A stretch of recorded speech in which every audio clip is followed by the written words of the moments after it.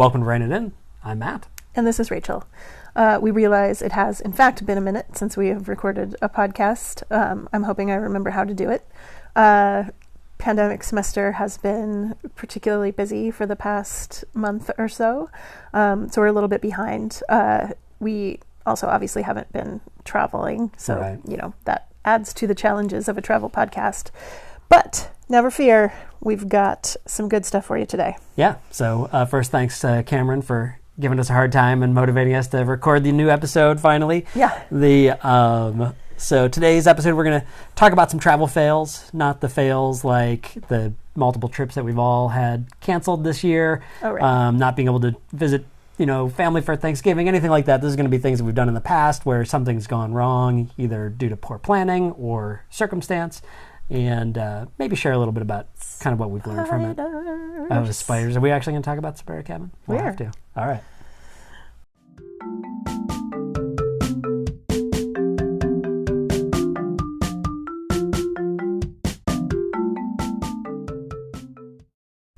All right, Rachel, so where do you want to start with these? So I was going to start way back, actually, in a travel fail that was just me. It wasn't us traveling together. Mm-hmm. So almost 20 years ago, as crazy as that is to contemplate. So I studied abroad in Wales, which was not a fail. I highly recommend it for you and or your children. Because studying abroad is great. Now that PSA is done. One of the things that was great about being in Wales is the thing that's great about being in the UK in general, that it's easy to travel around without a car. So myself and a friend decided we were going to go to Edinburgh for the weekend. We, had our, we were using our Brit Rail passes illegally and unethically, but I'm not going to tell you how or why, because that's not a good plan. What's the limitation on that? It probably doesn't work that way anymore. It probably doesn't. Technology solves some of that. Yeah. Anyway, you were supposed to write in the dates with a pen, but we all bought erasable pens, so we just kept changing the date for our 7-day Brit Rail passes. One person was sloppy about it and got caught and paid a pretty big fine. I was always very nervous, but I didn't get caught. Anyway. I think you stopped doing it after they got caught too, didn't you? Or maybe not. Well, he got caught pretty late, so it might have been moot by that point.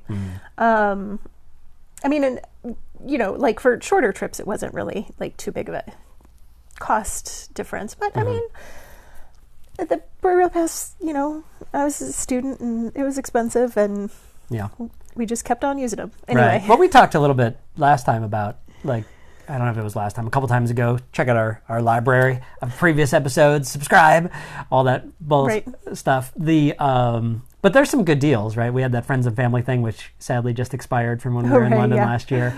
But there's some good travel deals to be had in the UK for sure. Yeah. So anyway, we decided we were going to go up to Edinburgh.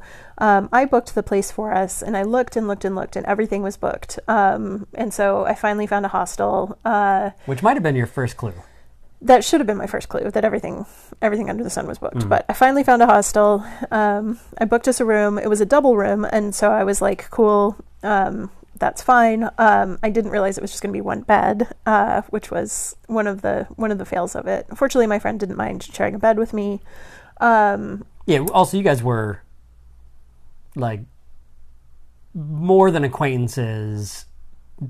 Not quite friends, right? I mean, you were friendly, you were friends, but you weren't study abroad buddies. So, we didn't, we knew each other because we were put together by circumstance, right? That we were both Americans in Wales. Yeah. We both wanted to go up to Scotland. Yeah, because we've both shared beds with friends from other circumstances where you don't think twice about it, right? It's like, oh, I've known you for forever. Yeah. So it was a little bit, I remember you being a little bit yeah. awkward about it. Well, I felt bad. I mean, and I also forgot to bring pajamas, I mean, there was a series of fails, but I did not forget to bring my hostel bag. So I slept in my, t-shirt and underwear and hostel bag. So there weren't any naked limbs flailing around at my poor compatriot. It was also freezing in there. Mm-hmm. She kept stealing my coat to cover her up with underneath the blankets.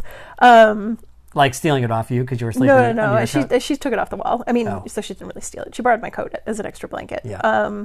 I actually bought a blanket while I was there that we still have. Oh, the green one? Yeah, but in part to, be warmer. Mm-hmm. But the reason that everything was sold out, and I ended up in this crappy hostel where the ceiling was also collapsing. That was the ceiling one, right? On us, yeah. There was just held up by like mosquito netting, all the plaster that was falling from the ceiling that would have been falling onto the bed, but I'm sure there was no asbestos or lead paint in that. Probably, yeah. There probably wasn't asbestos, but I'm sure there was probably lead paint. So the reason for all of this, though, was that Wales was playing Scotland in rugby, and so everything in the entire city was booked because everybody came for the game. Even people who didn't go to the game, they just came up to party. And so when we went out to the bars, we would run into people that were just there partying. I remember your story about the guy with the inflatable sheep mounted to himself. Welshmen with inflatable sheep making jokes about how Welshmen fuck sheeps. It was that, and drinking alcopops. It was that kind of weekend. So, I mean, it wasn't really, I have a lot of good stories from it. So it wasn't really necessarily a fail, but it was just like maybe when you see that everything is booked, you should consider like, is this the best weekend for me to go? But other weekends I might not have run into stumblingly drunk people at, 9:00 the next morning when I left my hostel. Right. Who had, I had so many people touching me that trip. Many, many, many, many people touching. Yeah. Maybe that's why Edinburgh is my favorite city. Too much groping. Too much groping. But I mean, I think that's a good one too, right? For overall to be thinking about, because, I'm always going to try to figure out how to solve problems for folks or turn things into learning experiences. Is like when you're traveling, it's always good to kind of know what's happening in the place where you're going. Maybe that's why you're traveling that weekend or week or however long you're going to be there. But, I think the one that kind of stands out is we ended up, when we went to Japan last year, we ended up going just a couple days after Golden Week ended. We probably couldn't have really gone earlier, but depending on how Golden Week landed, it could have been going on still when we were going to leave. And you really don't want to go to a country with, millions and millions of people that all travel at that time, and like businesses close and your ability to do things might be limited. Mm-hmm. So, it's probably worth checking what the big holidays are wherever you're going, if there's some big event going on that you want to avoid or are excited about joining, right? Just kind of so you don't inadvertently end up having a different experience than you're hoping for, right? I remember once, this was a long time ago when I was in college too, with an ex-girlfriend, we did an extended weekend or something like that over Easter. We couldn't find a place to eat breakfast because everything was closed. We have problems with that too, actually. We always travel over our anniversary weekend, which is Memorial Day, and every Monday, things are closed. We can't do things. So yeah, for part of that long weekend. We've just sort of accepted it now, but things are closed on Mondays anyway. Even when they're not holidays, museums are usually closed on Mondays. Restaurants are often closed on Mondays. Right.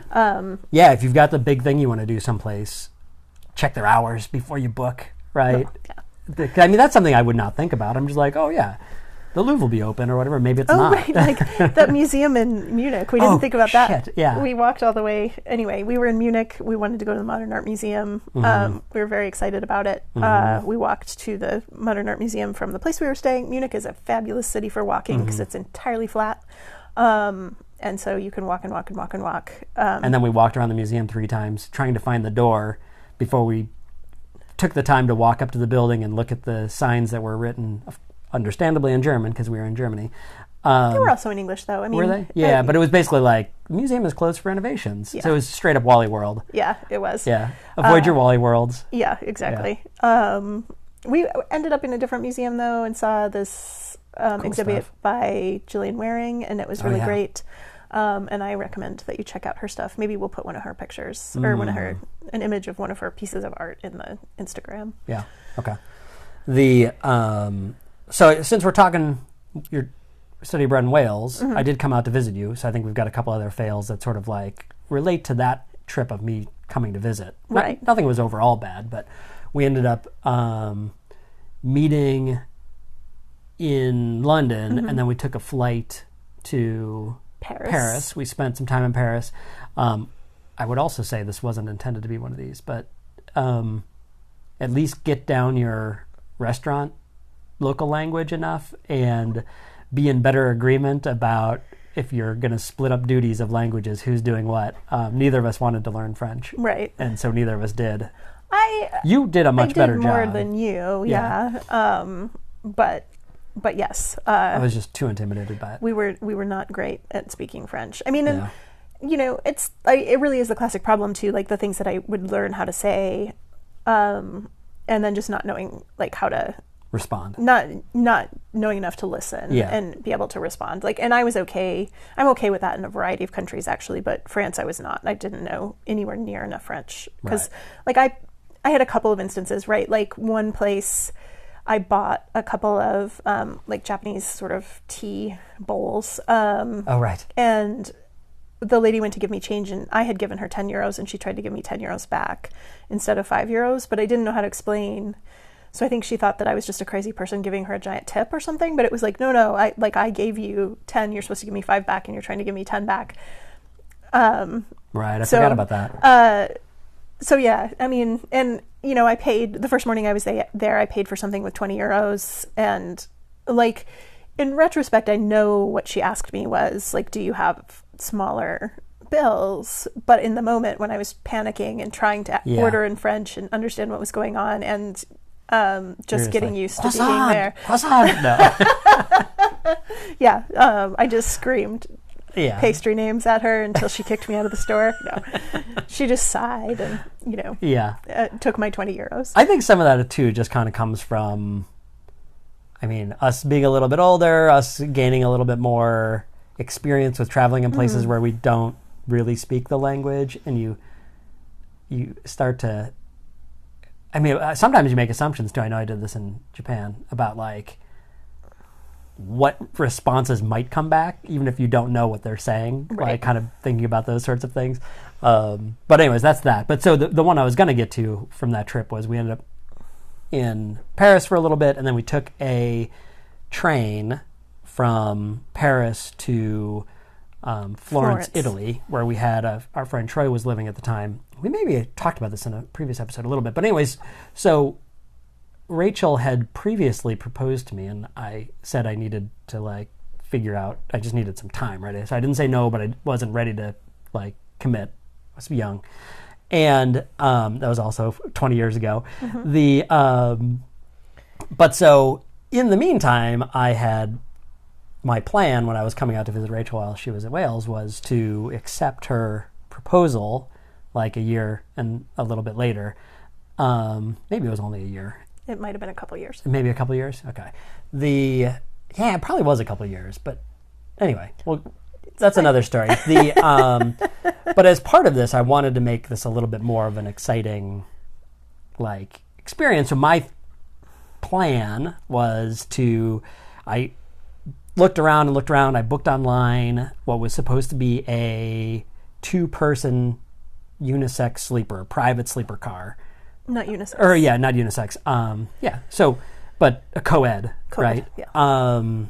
But a private sleeping compartment for us, and for the overnight trip. For the overnight trip between the two, and I'd also gotten like a ring from the family from my mom, and we got to the train and they were trying to split us up into 2 different things, and I was like, no, this isn't gonna work. And Rachel was like, what are you getting so worked up about? I mean, obviously this was all a surprise, so I was like, it's not that big of a deal, like, because I didn't realize that there was a plan afoot. I know. Well, I'd also, spent a fair amount of money for what we had at the time, and wanted to make sure that we were getting what we paid for. And finally, like, begrudgingly, the other members of the other cars, like, sort of conceded to my being worked up a little bit. Yeah.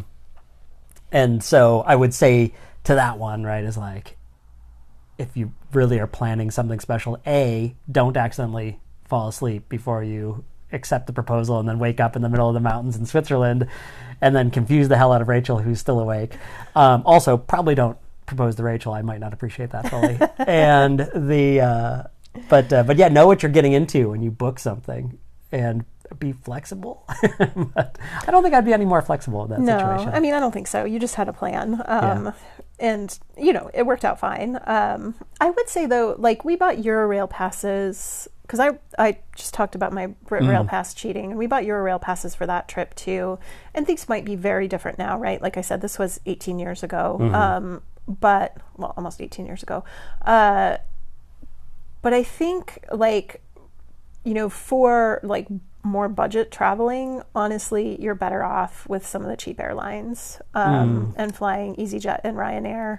Yeah, for that, internal to Europe. For internal Europe flights. I'm glad we did that train because it was fun. For sure, yeah. I just am thinking, like, if you want a particular experience that involves a train, like, absolutely do that.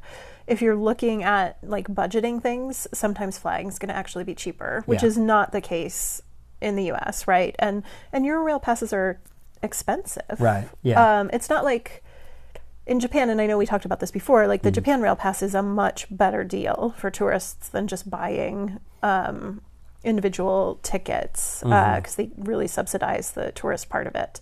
Right. But you still need to make sure, we talked about this in the Japan one, if you're only going to take 2 train rides, it's probably not worth it unless you're taking some specific Shinkansen. Yeah. But if you're going to be doing a fair amount of travel, it's a really pretty good deal.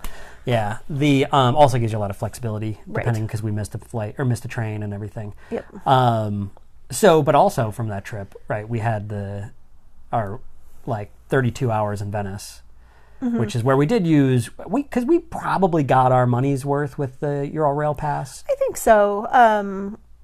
And I mean because we had some really good trips like the one to Venice. We sat in the fancier car, and we had a really nice meal on that train. Right. It was I always forget amazing. About that. I remember the gnocchi. So that was well worth it. But you were going to. Oh yeah. So we rolled into Venice. We had a great time just walking around. We had one of the best meals. I think it was part of our best meals podcast. I'm sorry we keep plugging. We're not really trying to do that. I'm just remembering because it's been so long since we did one of these. Yeah. But we had this pretty cool, I mean, probably the equivalent of I guess it was a hotel, but it felt a little bit more like a B&B, Airbnb. There was only a couple rooms. You had to be home by a certain time. But that all worked out fine. But it was this old building like on one of the main streets and had these giant wooden shutters that were way too effective at keeping out noise and light.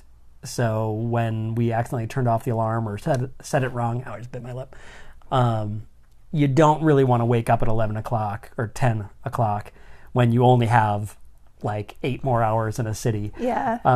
We had planned to wake up at like 7 or something like that. Yeah, we missed a big chunk of morning in Venice, which is a bummer. Both of us really liked Venice. I know a lot of people don't like it, and again, almost 20 years ago, so I don't know what it's like now, but we were not there in like kind of high tourist season, which I think helped, but it was great. Yeah, we were there like April 1st or April 2nd or something like that, but it was before it got hot too, so it wasn't stinky. That's something I hear from people. You gotta go to the reasonably Guggenheim. Crowded, but it wasn't crazy crowded. Yeah, it was fun. All right, anything else from that thing, or should we take a quick break? Let's take a quick break and come back with some more fails.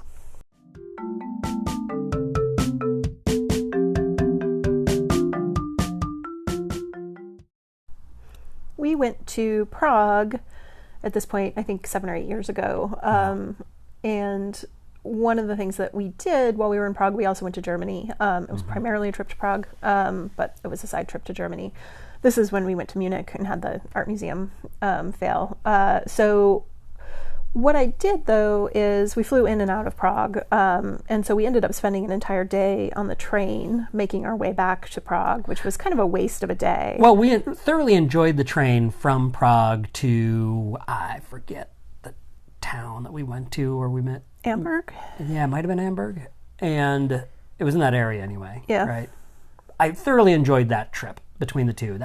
I'm glad we did that. But then we had to go back. Right, which was another, like 6 hours or something.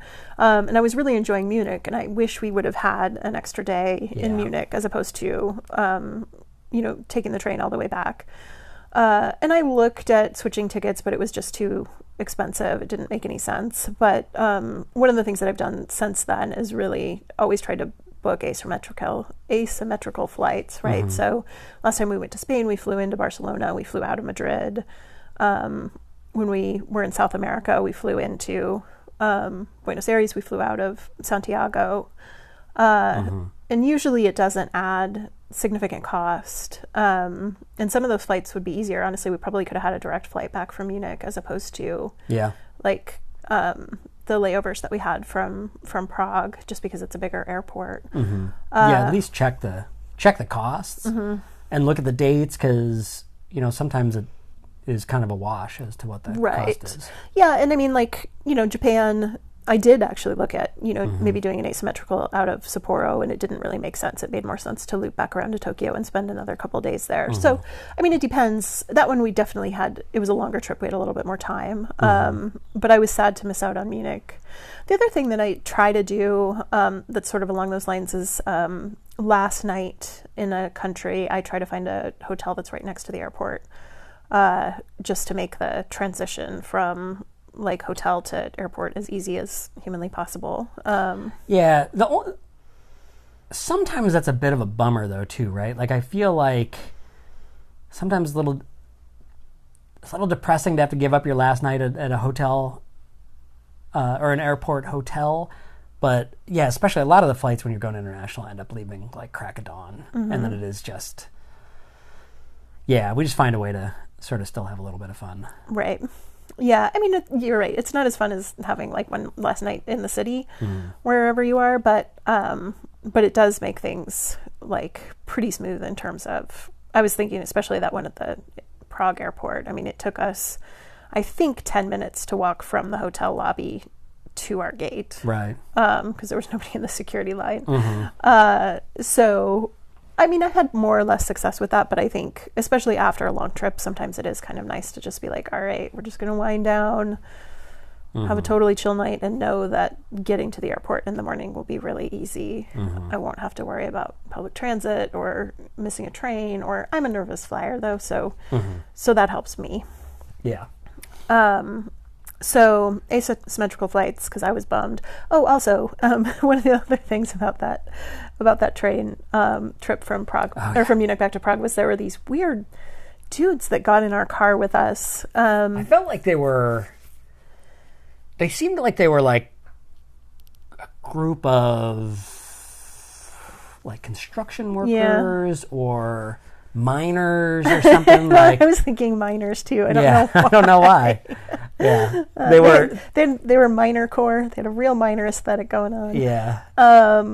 They were sort of like a little rough and tumble, but not like mean. No. Yeah. They were fine, and we didn't speak. I mean, we didn't share language, so we didn't talk. I mean, I don't know if they spoke English or not, and I honestly don't know if they were German or Czech. I think they were Czech, but the one guy just played with his chest hair for like a long time. Yeah, that was odd. It was a little creepy. The other guys, when I say weren't jerks, but yeah, that guy was kind of creepy. But the others were, just like... They were fine. Just like, it made the last half of the train trip also a little bit less pleasant. Enjoyable. Because it was also crowded. Remember, it was maybe warm because it was so crowded. Yeah. So it was like, we wasted a bunch of time going back on a train trip that we weren't able to quite enjoy the same. Yeah. So... Yeah. And I just remember feeling that train ride was really long because it wasn't a real fast train. And I just didn't want like the last time just being sitting there. Yeah, because we only really had a little tiny bit of time in Prague, and then we went to the airport hotel. And the airport in Prague is actually a ways outside of the city. So, we just had time for one last... What did we even do the last bit in Prague? I don't know. We went to the beer museum. Oh, again, that's right. Yeah. We went back to the beer museum, had a fried sausage, some beer, and headed out to the airport. Yeah, that was the one that I was going to say. I remember being a little bit bummed out. I think it was the combination of the train and rushing. Yeah, it was just like 2 days of useless travel travel without... Yeah. So that one was definitely a fail. Right. So, but we're talking about asymmetrical flights. Earlier we talked about, internal European flights or other internal flights for countries, right? An example of a win, I would say, was when we were in South America. We, took a flight from Buenos Aires up to Iguazu Falls, and then we had to double back, but we ended up going to Santiago. So our flight went from Iguazu Falls to Buenos Aires and then back to Mendoza. And then to Mendoza, that's right. So we ended up spending a bit of time on that, but that was still in Argentina. That would have been... Argentina's massive. Yeah. So, yeah, I mean, it was flying really... There's also an overnight bus that you can take from Buenos Aires to Mendoza that I think has good recommendations and reviews. Oh, right, because we did go Iguazu Falls to Mendoza. That was fine, but we went Mendoza to Buenos Aires to Santiago, Chile, right? Mm-mm. Wasn't it? No. Nope. Was it a straight across flight from Mendoza to... Yeah. Why am I... So we did, but what I said the first time was right. We had to go down from the falls, back and then up, right, to Mendoza. Or over, I suppose. Yeah. So... I mean, it was down and then across. Yeah. But so like in that situation, very large country, made tons of sense, right? If someone's listening to this and they're going to be coming to the States, your internal flights are still often quite expensive depending on what cities you're going to, but the U.S. is freaking big. Yeah. So like you might be driving for 20 hours to get between, the Atlanta and like Colorado or something like that. You don't want to do that. And you're never going to get a train that does that here in the States. You would, but it would be complicated. It would be very complicated. But so internal flights are not always a great idea, depending on what you're doing. The one we did in Japan, we had taken the train all over the Honshu, the main, like the big island, more famous island, I suppose. And then we took a little internal flight, jumped from Aomori to Sapporo. And again, us being a little bit of nervous travelers, me being an over planner with wanting to get places early, we spent way more time like dealing with the airport and then getting on a train from the airport to Sapporo than if we would have just taken the train. It would have been only a little bit longer. Yeah. I mean, really what was dumb about it is that I had booked a flight for the wrong day. And so I ended up just paying for another flight. Right, I forgot about that too. And internal flights in Japan are also subsidized for tourists, so they were really cheap. I mean, if it was expensive, I wouldn't have done that. But then again, the train tickets were already paid for, so that was definitely I just like had it in my mind, like, oh, this is going to be easier. We're just going to do this, But I would say internal flights in Japan were seriously well coordinated. They apologized that we were like 5 minutes late. Yeah, it was, I mean, you don't need to get to the airport super early. No. For an internal flight. Right. But I would say if you weren't we were really doing like train tourism in Japan. Right. Because we were hitting a bunch of like smaller cities and locations. If you're going to someplace like Japan, like you probably do want to look at internal flights over a Japan Rail Pass if you're going to be hitting just a couple cities that aren't near each other. They're near each other, right. The Tokyo to Sapporo, if you get a chance to go to Hokkaido and Sapporo, like, do it. Yeah. Yeah. Yeah, you can just kind of price it out. So yeah, I mean that's a very minor fail, but it was just kind of like an eye roll, like I could have done this better. Yeah. Also, the airport was so hot. It was very warm. Yeah. And there wasn't a lot there. I mean, it was a tiny airport. Aomori is not a big city. No. And so it didn't have a big airport. No. So there was nothing to do once we were and they were doing a bunch of construction. On the other side of the security. Anyway, that was a bunch of waste of time. Mm-hmm. We had some good ice cream.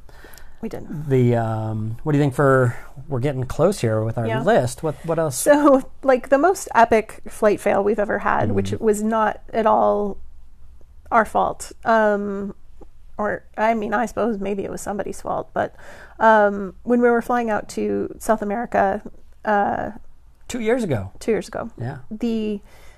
There was a fire at the Atlanta airport that both, for some reason, there was an electrical fire and it caused damage to both the primary and backup systems.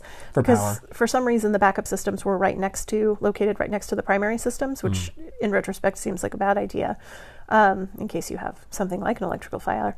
But all flights were canceled. And for multiple days. Atlanta is the busiest passenger airport in the world, so this was a clusterfuck of pretty big, just huge proportions. Yeah. But it happened the day we were. It happened the day that we were leaving. Yeah. So as soon as we heard about the fire, Matt got on the phone with Delta. Matt got on hold with Delta, and so he was on hold for a couple hours.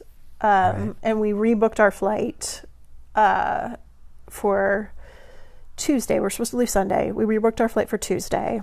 And the weird thing too was, I remember they canceled. They said like all the domestic flights were canceled, but they weren't specifically saying all international flights were canceled. And I think maybe they were still able, because they were prioritizing some of that, and probably prioritizing some of the like freight and stuff that goes through there too.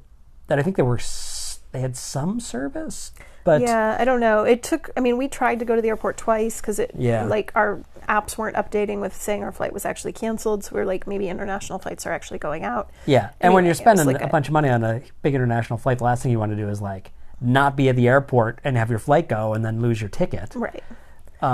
So yeah. So we rebooked for several days later. It was also snowing and crap, wasn't it? No. Wasn't it? I remember there was like bad weather. Raining, maybe? Raining, probably. Yeah. No, snow would have definitely stood out in Atlanta. Yeah. So we rebooked. So our flight had been a direct flight, Atlanta to Buenos Aires. We rebooked a flight that was Atlanta to New York City and New York City to Buenos Aires. So already you're adding like 3 hours of flight time onto your already long flight. Yeah. We got to JFK, which is my least favorite airport in the world. Okay. Because every time you leave a terminal, you have to go through security again. Oh, right. Yeah. Which is fucking stupid. Yeah. So this line was full of swears. Anyway. It's about fails. Okay. You swear when you're failing. That's what happens. Yeah. And boy, everybody's allowed to swear when they're talking about JFK because that airport is awful. So anyway. Is that what the F stands for? Yes. John fucking Kennedy Airport. All right. Anyway. But we get to JFK and then we find out that we go through and we leave our terminal. We go through security into the terminal where the oldest terminal. Yes. Was it E or something like that at the time? Which it's maybe been remodeled since then. But yeah, we get to the terminal that only has like 4 power outlets in the entire terminal. Mm-hmm. And like one restaurant. Yeah, and then we find out that after waiting another couple hours, that all of South American travel is on strike. Yeah, so we were initially flying Delta. They rerouted us through Aerolíneas Argentinas, and there was a travel strike in Argentina for 24 hours, so Aerolíneas Argentinas was not flying, so our flight was delayed 12 hours. Yeah, so we get to sit in the airport for 12 hours. Right. And it actually was more. We already had a 5-hour layover. Yeah. So we were now at 17-hour layover, and we didn't leave in 12 hours either. We left. Yeah. Later than that. So that was. Again, that was like two fails on top of each other, right? Like unexpected transit strike on top of incredibly unexpected airport fire. The thing that was not a fail as part of that was. Were you going to say or no? I can say it. You're talking. Keep talking. I was cueing you. So the one thing that wasn't a fail on that, or that was a silver lining, I suppose, or the thing that I would recommend if anyone is in a similar situation, that's probably what I would say, was the Delta Lounge. Mm-hmm. We paid to get both of us in there, and we had a bunch of free drinks, we had a bunch of free food, we had free showers. And there was like big enough chairs in an area that I will say that the JFK Delta Lounge is the nicest one I've been in. That was, it was very nice. It was very big. We got a proper sleep for a few hours. Yeah, because we were worried, so we left for the airport. We woke up at like 3 a.m. Yeah. It took us over 30 hours to finally get to Buenos Aires.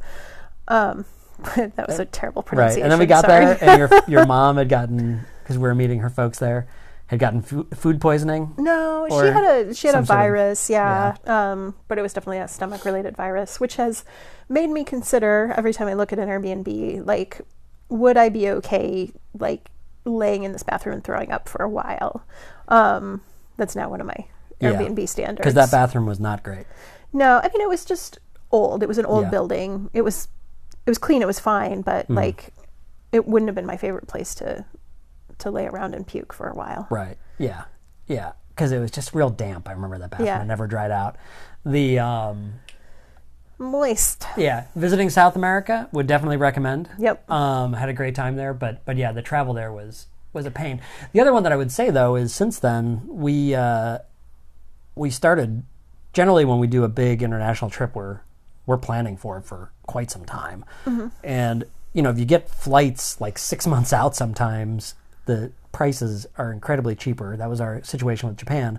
We ended up getting travel insurance for the Japan flight for really not that much. I mean, it was a couple $100, which I realize is a lot of money, but well, that was for the whole trip, not just for the whole flight. Trip. Yeah, right. Yeah. So, but if we would have had it for South America, we could have probably gotten our money back. Some money back at least. And I mean, at least the cost of the travel insurance back, which I guess that's pointless. But maybe more because, we had a couple nights of Airbnb that we wouldn't have been able to use. Fortunately, my 3 parents days. were there anyway, so it wasn't. And then Delta did let us extend our trip, like change our return flight for free. So we spent an additional day in Santiago than we were planning, which was really nice. Yeah. So, I mean, there were some things that worked out okay, but boy, I mean, fails on top of fails. Yeah, you're just not going to be able to plan for everything. No. Right? To be able to just try to roll with it as well. I'd be curious. I mean, you can sob at the Aerolíneas Argentinas counter, which is what I did, but, then pull it together. Yeah. Rein it in, Rosica.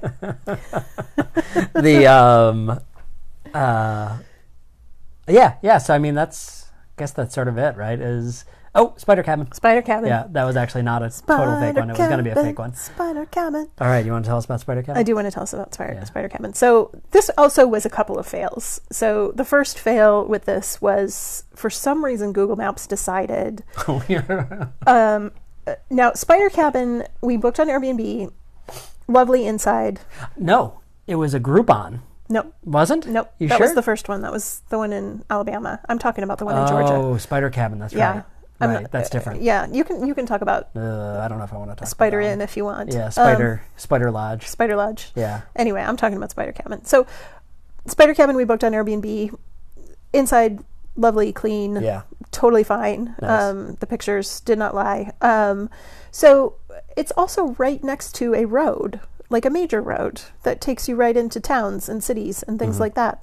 So a county highway. County highway, yeah. So Google Maps decides that it's going to take us down a dirt track. Yeah, a single track dirt and rock lane through the mountains. Through the mountains for a long time. I mean, we were on that for at least half an hour. Yeah.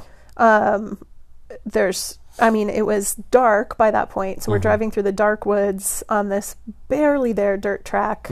So we're already like kind of wigged out by the time we finally get to Spider Cabin, and we don't notice that the county highway is there until we get on. Until we actually got up the next day. I don't think I even really fully realized just how close the road was. Yeah. I mean, you could throw a rock and hit the county highway. Yeah, it's one of those things. They've probably gotten better at this, right? But Google Maps was like, this is 2 minutes quicker. Yeah. But it's not a 2 minutes that you want to drive in. It was probably slower. Yeah. I mean, it was just like, so we're already kind of wigged out. Like, we've driven all over the place. And we've been in North Georgia mountains a bunch at this point. So we've driven all over the place in places we've never been before, are very vaguely baffled, annoyed. And we get out of the car to take our stuff into the place, and it's dark. And we proceed to walk through so many spider webs. Yeah, we're like, oh, man, ugh. Yeah. So we get inside. There's no spiders inside. Not that we noticed. Not this. I was not a little the first wigged out. night. Yeah. Not the first night. Those come later. But yeah, we decided we weren't going back out on that porch at night, even though Matt left his phone in the car. So that phone just stayed out there every night. I mean, thank goodness we had all-wheel drive. If we'd been I'm glad we have the Subaru. In a shitty car. Yeah. Anyway. So the next day, we, poke our head out on the porch, and there are just all of these giant orb spiders. So many of them. Yeah, very active. Their webs are so sticky. And, I mean, their bodies were, I'd say, the size of a nickel, right? Yeah, at least. So, like... I have a picture of this, too, we can add if we want. Probably not. No. Nobody wants to see that. No, I'm not posting it. So, the second day when we were there... they're also, like, bright colored and... Yeah. They like red and stuff? Yeah, and, they were red. They were fucking crazy. But yeah, probably just with not a real big porch, there was probably like 5 to 7 that you could see very easily that had created, like, in the daytime, looking at what cobwebs we went through and the size of these spiders, my skin is crawling, even just talking about this. Yeah. And, like, I don't know how we didn't end up with one of them on us. No, at night. I mean, well, whatever. I'm not going to think too hard about that. But, so I cleared him off the porch with a broom, but I didn't kill him. I just, like, swept him up on a broom and then whacked him off the side of the porch. Well, I whacked the broom on the side of the porch so they fell off. And cleared, like, a path. Well, I cleared all of them. No, because it was back the other side where I cleared the 6 or 7 that I could see off the porch. Okay. I did not clear all of them off the house because around the sides of the house there were many more of them. Yeah. But they were all over the grill and stuff too. They just came right back, right? I mean, Yeah, because I didn't kill them. Yeah. My arms were so sore the next day because I was like so tense holding that broom, and then I was whacking it so hard. She broke a porcelain. I did break a porcelain thing. Chicken or something. Eventually, I just sort of went crazy and started whacking around with. Anyway, this is because Rachel's brave, and I'm so grossed out by spiders. So, but second night we were there. A different kind of spider got into the house. Yeah, that was a wolf spider, I think. And that one you actually dealt with. Yeah. And we were supposed to stay there a third night, and we didn't. We left. I want to say we brought a vacuum. We did. Because we had another spider issue. I think we had a palmetto issue. Oh, right. We had a palmetto bug issue. That was in Athens, Georgia. Yeah, and I didn't have too many feels about palmetto bugs before I woke up with one crawling on my face. Yeah. And now I have a lot of feels. If you are fortunate enough to not know what a palmetto bug is, or what do they call them, water bugs in New York City or in the north or whatever, but yeah, they're also they have no fear, no shame. Yeah, no shame, those fuckers. They'll crawl right. But yeah, over the your spiders. Face. Oh, so bad. We ended up leaving a night early. We called the people and we were like, "This is crazy," and they were like, "You're in the woods. There's going to be spiders, but." We've stayed at so many cabins up there. And you see a spider or two, it's no big deal. And to talk about, it was straight out of a freaking movie. It was. Right? It was like Indiana Jones, Temple of Doom level, or not Temple of Doom, what's the first one? Crystal Skull. Right as the Lost Ark. When they're like, except for instead of tarantulas like that big, but they were like, they were big spiders. There was big spiders, and there was a lot of webs. It was insane. Ugh. Anyway, yeah. So that was a unique fail. Yeah, we just left. I don't know how you do that. Now if we know I don't like spiders, Rachel doesn't like spiders particularly either. We really look for places on Airbnb that like have ratings for being clean. We read the reviews on things. Yeah, and I wrote a very nice review of the place, but was like, heads up. Yeah. Spiders. Yeah. Like, I don't have any problem. I mean, the inside of the place is great. It's clean. It's nice. But, like, so many fucking spiders. Yeah. We rented it, too, because it had, like, a really nice-looking porch that had an awesome view of the mountains. Right, and we wanted to sit on the porch. But we just couldn't spend any time on the porch. Yeah. Yeah, we couldn't, because... Even after Rachel cleaned it off, we tried to spend a little bit of time, and we found out there were already a bunch of them back in new places. They came right back, yeah. And even then, like, I just kept getting, like, webs, like, just kept wafting over me when I was trying to sit out there. Oof. Yeah. Ugh. Anyway. Yeah. So anyways, I don't know. But now when I look for stuff that's up in the woods, like, I really look for things that don't seem like they have too dark of overhangs, that aren't too rustic. Like, if I'm going to do another porch, I've been looking at screened in ones. I mean, I suppose if you don't take care of it, those could also be full of spiders, but it's going to be less likely. So, and actually, speaking of, we have a North Georgia trip that we want to book today, maybe. Right. So. All right, but anyways, this has been a long one. It's been almost over 2 months, I think, since we did an episode, and we decided to go like 45 minutes on this one. So thanks for letting us ramble about all the things that made me swear. I know. Please, I don't know if let us know what your big fails were. Let us know what your lessons were, so we can learn from them. Yeah. And we're going to come back with a mini episode where we unbox another snack box. Matt knows what's in it, but I don't. I'm not going to tell you. We were going to do it today, but obviously we had enough to say about fails that we don't want to make you listen to us crunch things too. Yeah. All right. Well, hopefully you're listening to this being safe over Thanksgiving weekend. Mm-hmm. Hopefully you're able to stay within your bubble, or, definitely hope you've been self-isolating and testing and all that good stuff. Hope you've been able to stay safe. Have yourselves a great holiday. Yep. All right. Thanks. I guess the U.S. Thanksgiving. Yeah.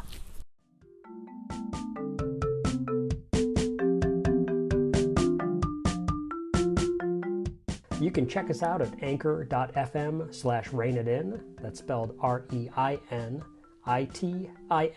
all one word, no spaces, and you can leave us a message there. You can also follow us at Instagram at rainitin_podcast, or email us at rainitin@ssdpress.org, also spelled REINITIN